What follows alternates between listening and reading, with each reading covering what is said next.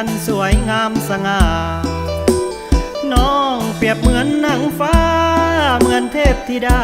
ลงมาสู่ดินน้องเฮ็ดหน้าที่รักษาชีวิตของทุกๆคนถึงคนเจ็บสิรวยหรือจนเพื่อแผ่หลายคนบ่ได้หวั่นไหวงดงามจิตใจไผเด้สามไว้สิได้เป็นคู่เบาตำรวจทหารหรือคู่สิได้เคียงคู่น้องลาคนงามสุดขาวพุดผ่องเปรียบดังหงส์ทองลอยล่องนภาอายคนจนอยากขานอาสาอยากได้น้องมาเป็นคู่ชีวิตน้องล่าคนดีถามอีหลีมีแฟนแล้วบอกถ้าบ่มีอายอยากขอเมื่อเป็นไผ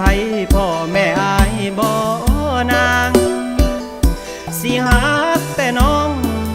เนื้อทองบ่ให้ผิดหวังยามอายเจ็บให้น้องนวลนางเบิ่งแยงทุกอย่างได้บ่น้องลาสาวพยาบาลนวลน้องตะวันอย่าได้ล่วงหลอกอย่าให้อายต้องซ้ำซ้อนหักแท้จึงบอกเด้อน้องคนงามสิหาเงินแต่งน้องแก้มแดงสาวพยาบาลใจสี่ห้องให้น้องนุ่งคานสาวพยาบาลอายหักเจ้าเด้อ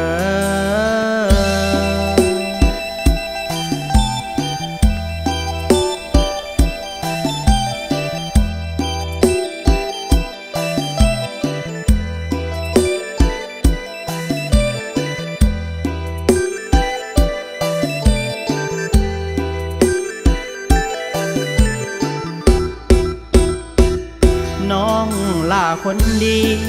ถามอีหลีมีแฟนแล้วบอกถ้าบ่มีอายอยากขอเมื่อเป็นไผพ่อแม่อายบ่นางสิหักแต่น้องเนื้อทองบ่ให้ผิดหวังยามอายเจ็บให้น้องนวลนางเบิ่งแยงทุกอย่างได้บ่น้องลาสาวพยาบาลนวลน้องตะวันอย่าได้ล่วงหลอกอย่าให้อายต้องซ้ำซ้อนหักแท้จึงบอกเด้อน้องคนงามสิหาเงินแต่งน้องแก้มแดงสาวพยาบาลใจสี่ห้องให้น้องนุ่งคานสาวพยาบาลอายหักเจ้าเด้อ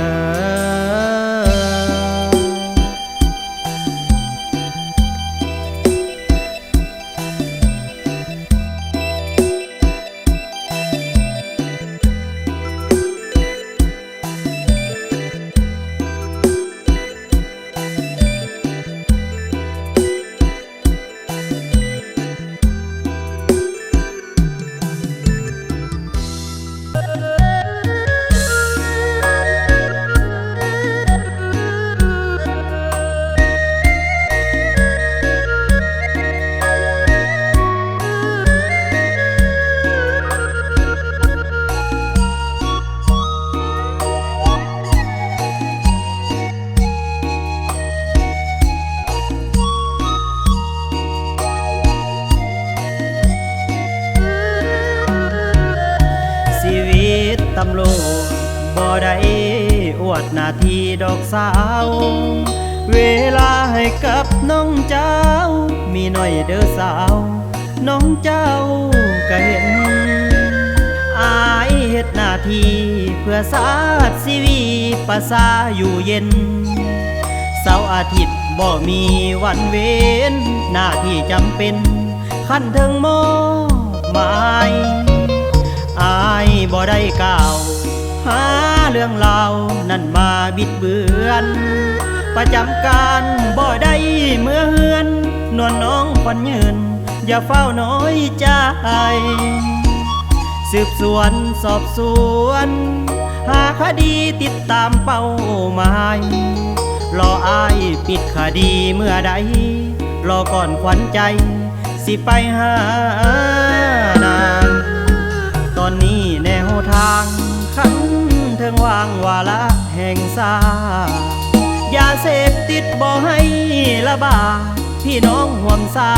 เราต้องปลอดภัยบ่ให้มาวนสกัดผ่านพ้นเฮาต้องมีใส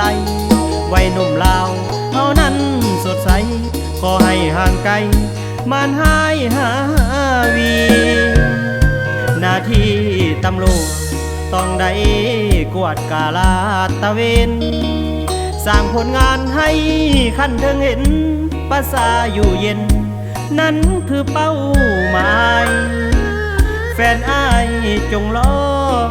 เบิ่งผลงานอ้ายเด้อสามวัย5 เมษาวันนั้นยิ่งใหญ่เลื่อนขั้นเมื่อใดสิไปขอแต่งงาน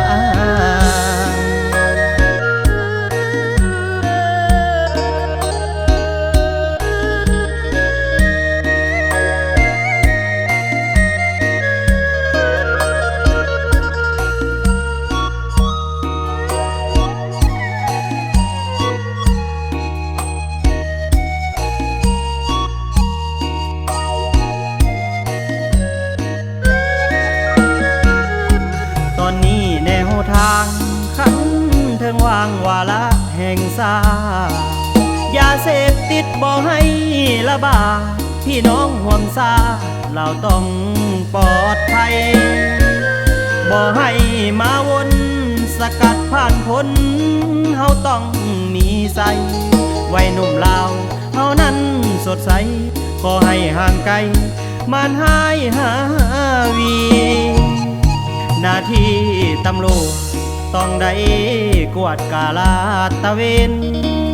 สร้างผลงานให้ขั้นเทิงเห็นภาษาอยู่เย็นนั้นคือเป้าหมายแฟนอ้ายจงรอเบิ่งผลงานอ้ายเด้อสามวัย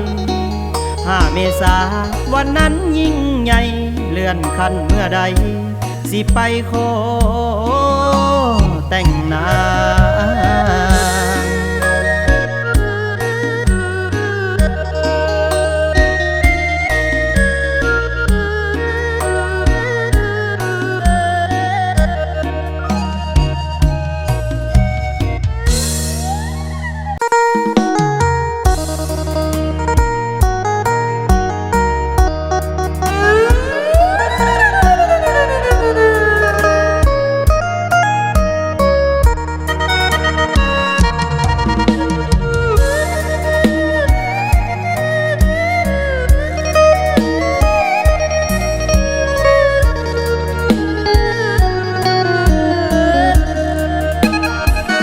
ตัวน้องกะหูว่าอายมีครอบมีครัวสองเฮาก็ยังพันพัวจนหลงเมามัวข้ามเส้นกีดหมายอายนี่หักน้องน้องก็หักอายสองใจเคียงกายส่วนว่าน้องหักอายหมดใจ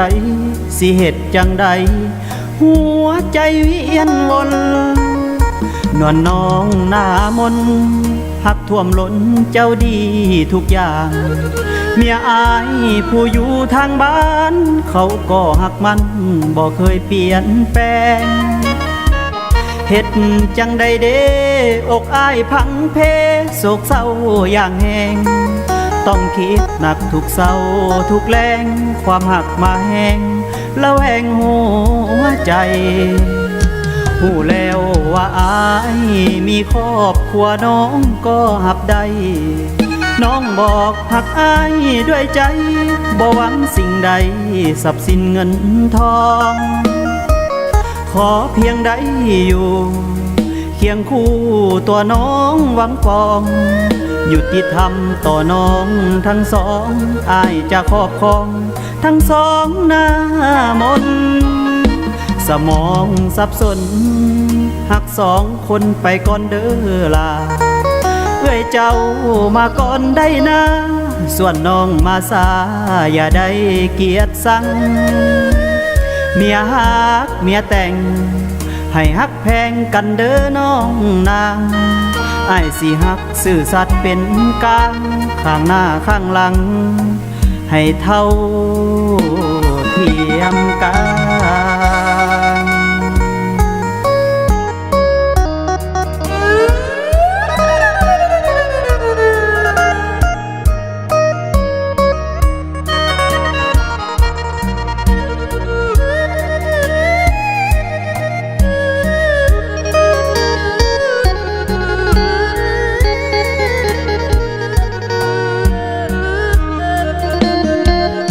หูแล้วว่าอาย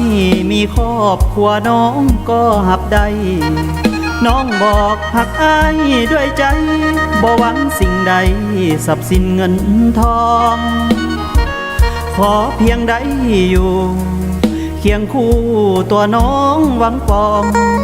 ยุติธรรมต่อน้องทั้งสองอายจะครอบครองทั้งสองหน้ามนสมองสับสนหักสองคนไปก่อนเด้อลาเอ้ยเจ้ามาก่อนได้นะส่วนน้องมาสาอย่าได้เกียดสังเมียฮักเมียแต่งให้ฮักแพงกันเด้อน้องนางอ้ายสิฮักซื่อสัตย์เป็นกลางข้างหน้าข้างหลังให้เท่าเทียมกัน